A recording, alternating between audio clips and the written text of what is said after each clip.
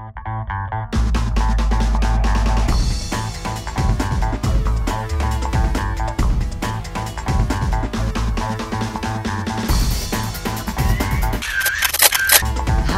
I'm Jennifer Reed. Welcome to Eye on Celebrity.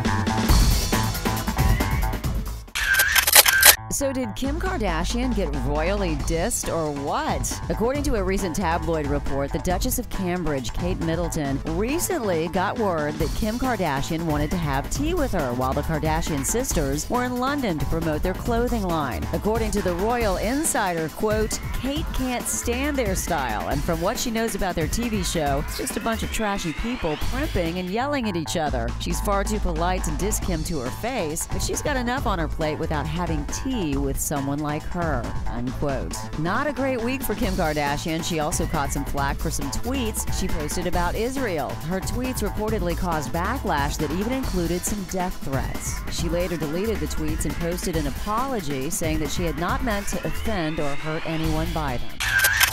Actress Zoe Saldana has been facing some fierce scrutiny recently. The star was cast as jazz singer Nina Simone in a biopic appropriately called Nina. R&B singer India Ari took to the NinaSimone.com website with some not-so-nice words about Saldana's portrayal. She said that Saldana looked ridiculous playing the legendary Simone, especially since she had to wear prosthetics for the role. Some of the criticism for the choice in casting Saldana stems from the actress's complexion. Saldana is of Dominican and Puerto Rican descent, which had many critics saying that Saldana is too fair to play the priestess of soul, whose skin tone played such a pivotal part in her influence. Saldana hasn't said much about the controversy, and very little has come from the director. The real criticism doesn't seem to be directed at Saldana herself, as many agree that she's a great actress. Critics feel the real issue is with Hollywood seemingly casting lighter-skinned African-American women for many of these leading roles.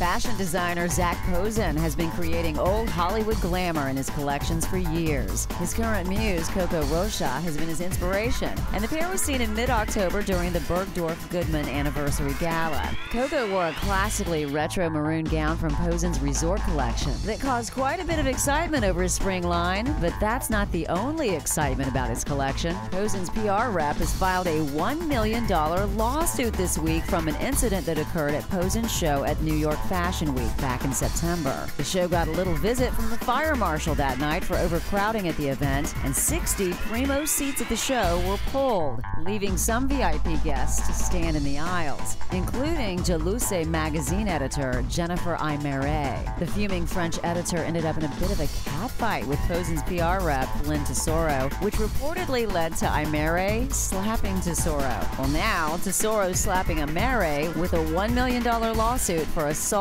battery, emotional distress, and slander and/or libel. Understandably, Posen has not commented on the incident.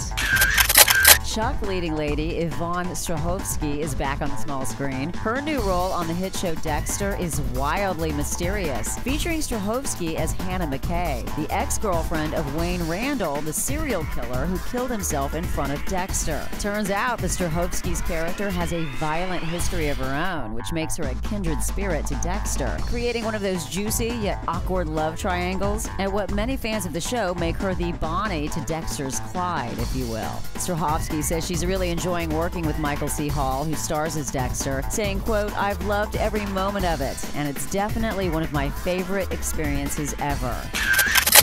Woody Harrelson seems to have made his way into his former Cheers co-star Kirstie Alley's memoir. Kirstie's new book called The Art of Men, I Prefer Mine Al Dente talks about how Harrelson, as she puts it, incessantly insisted they sleep together, and how tempted she was, even though she was married to Parker Stevenson at the time. Harrelson, who recently played the drunken mentor in The Hunger Games, is already busy working on the second installment of The Hunger Games, along with another movie project with Owen Wilson called Turkeys.